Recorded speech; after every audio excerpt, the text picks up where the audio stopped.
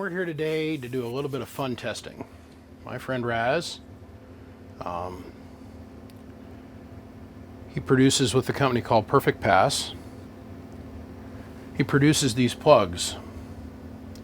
These are the Qs8-v2s. These are 8mm anti-spark plugs that are rated for 600 amp burst, and I personally believe they can carry a whole lot more shmoo than that. The reason my friend Raz came to me is because he knows I've got big ass soldering irons, and I got myself big ass carbon piles, and I got myself a big power supply. So our mission here today is to see really what these connectors are rated for, or at least run them through the gambit of what I would consider to be a load test. I'm showing you the connector ends so that we can see everything is beautifully soldered. There's no bird chicken poop, but actually done at a professional level. And our test jig that we have today is a 2000 amp 12 volt supply and a 1000 amp carbon pile. As we can tell over from here, we've used this in a couple other experiments. Just the other day we took this to 1800 amps with no breakdown or failures. We're also going to use down here our FLIR imaging camera to be able to see how much heat is being generated by the connector. I am not concerned myself with voltage drop across the connector. That's not what I've been asked to look at. I've simply been asked to look at the amount of current the connector can pass for a few seconds at a rated time. Now I said, what does burst mean? Let's define that. And he goes 10-15 seconds. I said, okay. So we're going to see what happens with a 10 to 15 second burst. We're going to evaluate to see if the solder connections come apart. We're going to evaluate to see what temperature the connector gets to objectively be able to understand if the connector is going to be able to pass that much current through it without having the solder joints get hot enough and break down and come apart. We're just going to look at it to see what its performance rating is. Then from there, we're going to go to the destruction test, which means we are going to put a whole lot of jam through the connector very quickly, and we're going to see where our absolute max heating point is. We're going to see what happens, what it takes to get the wires to fall out of the back end of the connector. We're going to give it a little bit of a burn test. So on that note, I'm going to very loosely put the guards in place so I don't have any sparking and arcing going on. We're not going to click these into their full locked potential. We're going to probably put them in just about that loose. The idea behind not clicking them in is since these guards do not do anything to support the wire and to hold it in place, they're simply there for us to keep ourselves from creating an electrical arc. When I go to take these plugs apart, I don't want to have to sit here and mar up the plastic to pull the connector apart. Just saying. Okay, let's get set up for the test.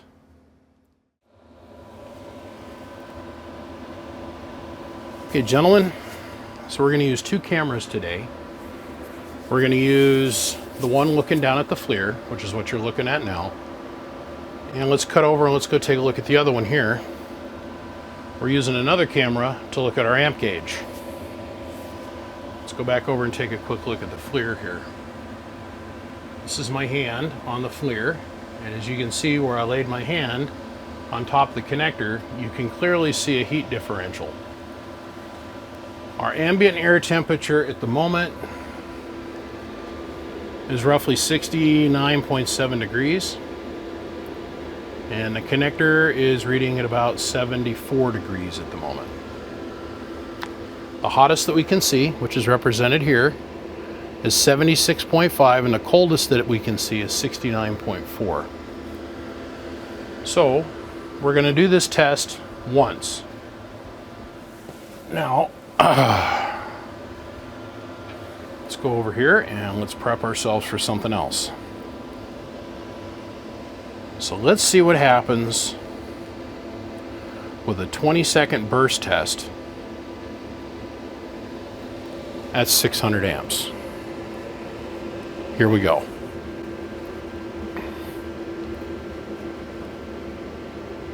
There's 100, 200, 300, 400, 500, 600 amps.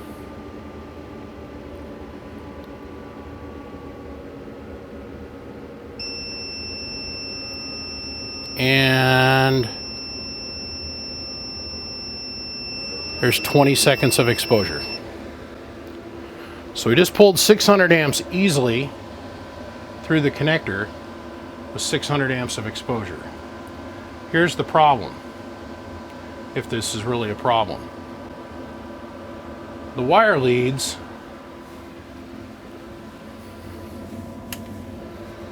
are smoking.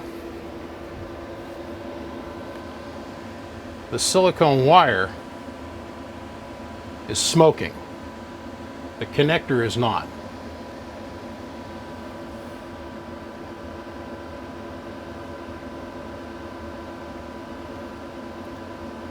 Our power supply was more than easily able to handle the load that we just applied to it. The biggest point of restriction is the wire. This is number 8 gauge, 200C rated jacket, high strand count RC power wire that we've all come to know and love over the years as we've gone through our little RCing arcs that you, me, and everybody else has gone through in our learning curve. The wires were able to handle easily that amount of shmoo, and so was the connector. The downside is that the wires got so hot that they're actually physically letting off smoke. Our connector, as you see in the video, I don't believe ever got over 200 degrees. Now, let's reset for another test, because in my mind, this connector has passed the test. That's my finger touching the connector. And the connector is currently resting at, what, 184 degrees? Meanwhile, the wire around it is around 300, 215. All right, let's set up for another test.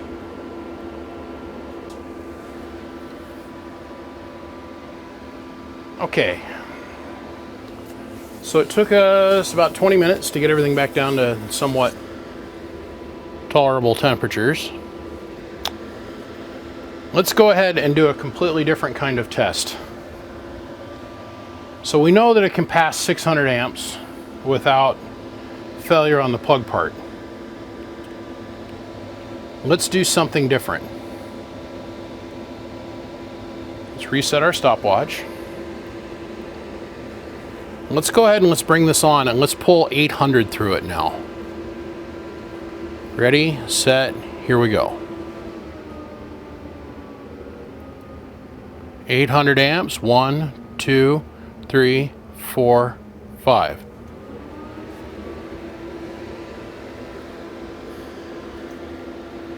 So we just pulled 800 amps through the plug, through the connector.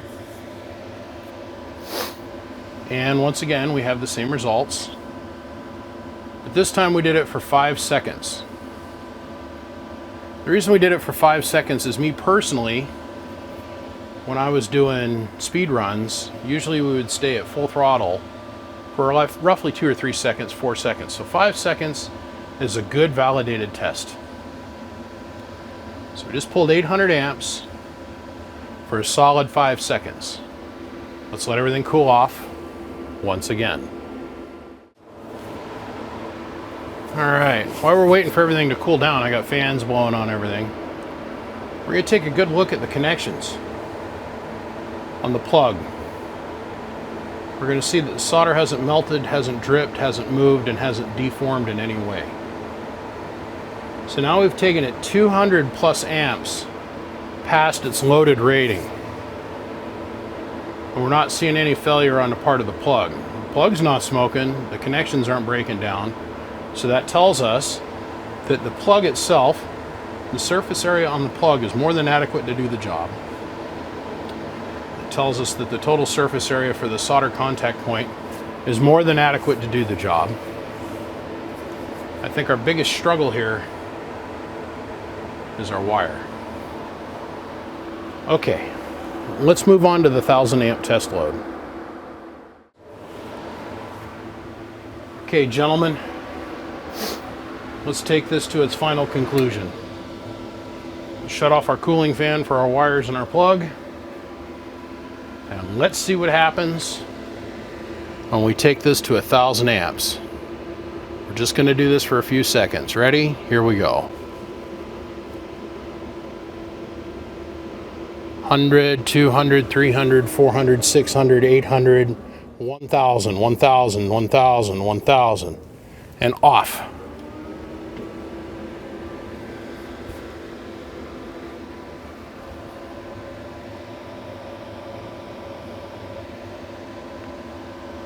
The connector obviously passed the test.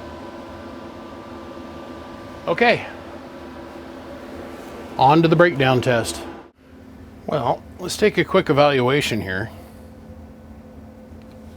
of this connector now that we've put 1,000 amps worth of chutzpah through it. As we can clearly see, our solder work is still intact. No drips, no melts, no deforms. The plug is still in absolutely pristine condition.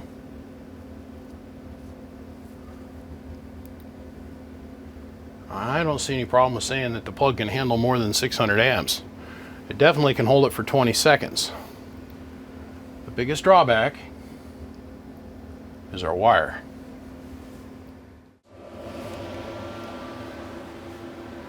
Okay, we're going to take this to failure, y'all. This connector is under tension. There's just a little bit of tension from the load pile clips pulling in this direction on the connector. Let's go ahead and let's zoom in here. And let's take the connector completely to failure now. And I highly doubt the connector's actually going to fail. I personally think what's going to happen is it's going to come unsoldered. This is going to get a little bit loud. Our carbon pile is going to be screaming at us, but it doesn't matter. It's for science. All right, here we go. We're just going to max the pile out and hold it here until it comes apart. Ready? Let's go.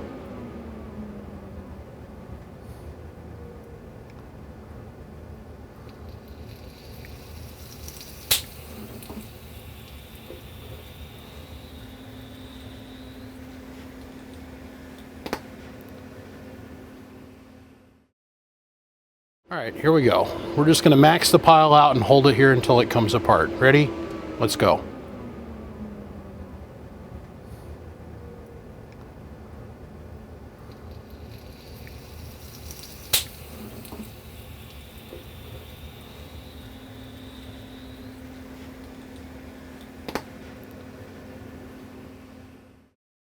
All right, here we go. We're just going to max the pile out and hold it here until it comes apart. Ready?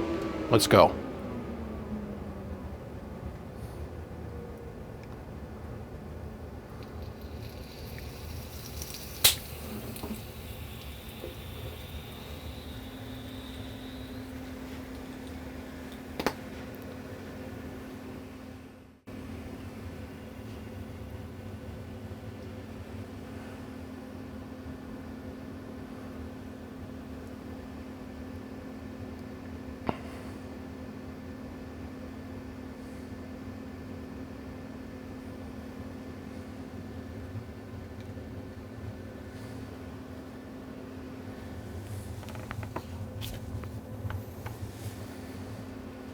Everything failed safely. We've had no arcs, no short outs, no burnovers. Okay.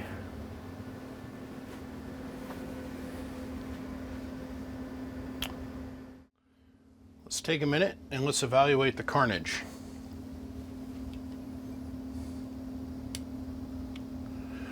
We were able to take the 8-gauge wire to complete temperature breakdown. This is several hundred C wire, I do believe 200 C.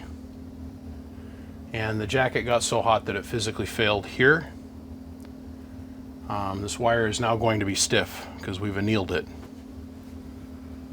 Same thing is going on down here with the wires going to the pile.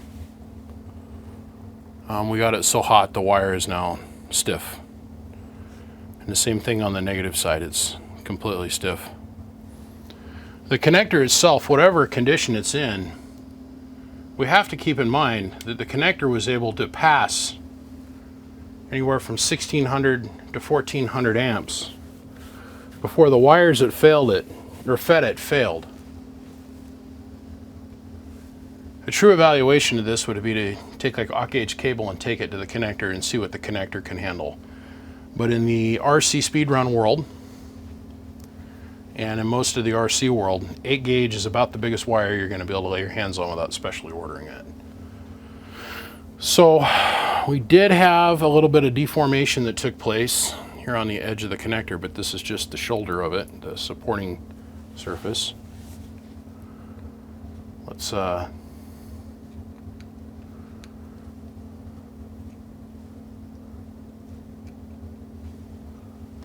pop this off and take a look. We do have a little bit of flux residue left over. As we can clearly see, the connector is in still relatively great shape. Amount of surface area in the plug is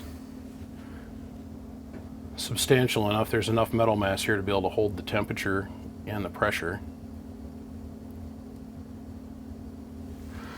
So our plugs didn't wonder.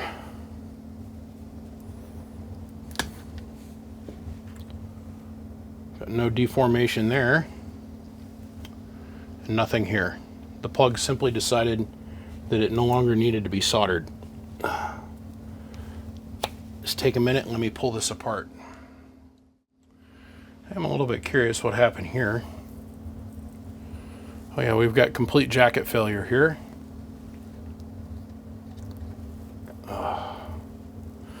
A complete jacket failure here. So let's take a look and evaluate the plug connector.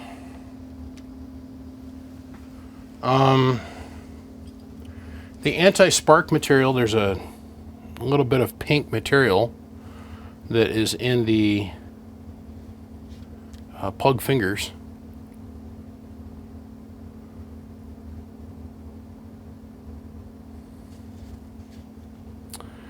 And then the anti-plug port itself obviously got so hot. But the inside of the plug maintained its connection. The fingers maintained their integrity. I cannot speak to the temper or the annealment of the plug at this point, but I can say this. I put them on my car and run because everything around this plug failed and nothing on the plug itself was a cause of failure. Gentlemen, my name is BBI. Appreciate you watching.